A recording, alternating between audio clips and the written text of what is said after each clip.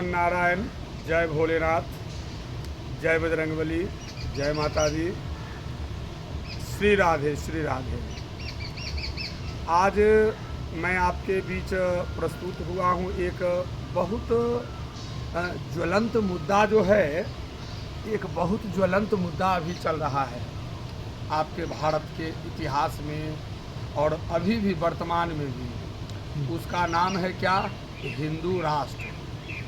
आज जो हिंदू राष्ट्र के नाम पर इतना ज़्यादा जो अन्याय और अत्याचार हो रहा है और कुछ राजनीतिक दलों ने इसको अपना एक शिगुफा बना लिया कि जब जब इलेक्शन का समय आता है, चुनाव का समय आता है, तो हिंदू राष्ट्र का एक वो डिक्शनरी से नया शब्द खोज के ले आता है, एक छेड़ दिया जाता है और उसी में आम पब्लिक जो लोग हैं जो उलझे हुए रहते हैं, भ्रमित रहते हैं और वो अपना उल्लू को सीधा करता है।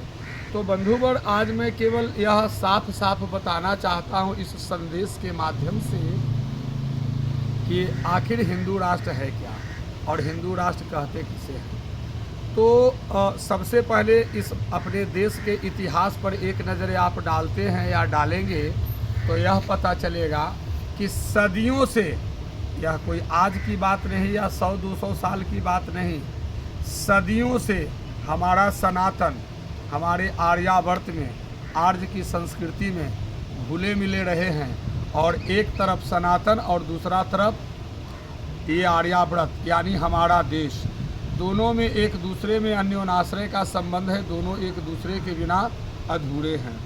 तो बंधुवर, यह सोचिए, आप पहले यह देखिए, इतिहास के उन पन्नों को एक बार ज़रूर पढ़ें जिसमें बताया गया 1947 में जो हमारा देश भारतवर्ष जो आज़ाद हुआ, स्वतंत्र हुआ और अलग किया गया, हमारे देश को अलग किया गया। क्यों किया गया, किस आधार पर किया गया?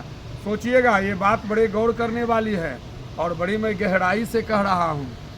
1948 ईस्वी में जो देश का बंटवारा हुआ, 47 में आज़ादी हुई और 48 में बंटवारा किया गया, इसी आधार पर ना, धर्म के आधार पर देश को हिंदुस्तान के दो टुकड़े किए गए, जिसमें से एक को पाकिस्तान बना दिया गया और दूसरा जो बचा वो हिंदुस्तान रहा।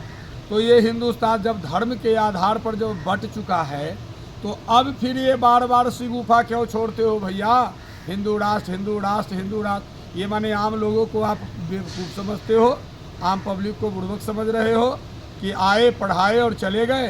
तो कृपया ऐसा न करें। क्यों? उर्दू शब्दकोश में। हाँ, क्यों? क्योंकि हमारा जो राष्ट्र है वो हिंदू राष्ट्र तो ऑलरेडी पहले से ही है और यह देवताओं द्वारा ही निर्मित है। आर्यावर्त पढ़े हैं ना आप? आर्यावर्ते भरतखंडे भारतवर्षे जम्बूद्वीपे, ये सब क्या है? ये सब उसी हमारे ही देश का तो एक नाम है, पर्यायवाची है, जिसे हम विभिन्न नामों से जानते हैं, विभिन्न रूपों से जानते हैं। क्या दुनिया के कोई और ऐसा देश, एक दो देश आप बता दें जिसमें कोई कह दे कि हाँ ये अमेरिका है तो इसका एक और नाम है, ये लंदन है तो इसका कोई और नाम है? नहीं बंधुवर, ऐसा आपको कहीं नहीं मिलेगा।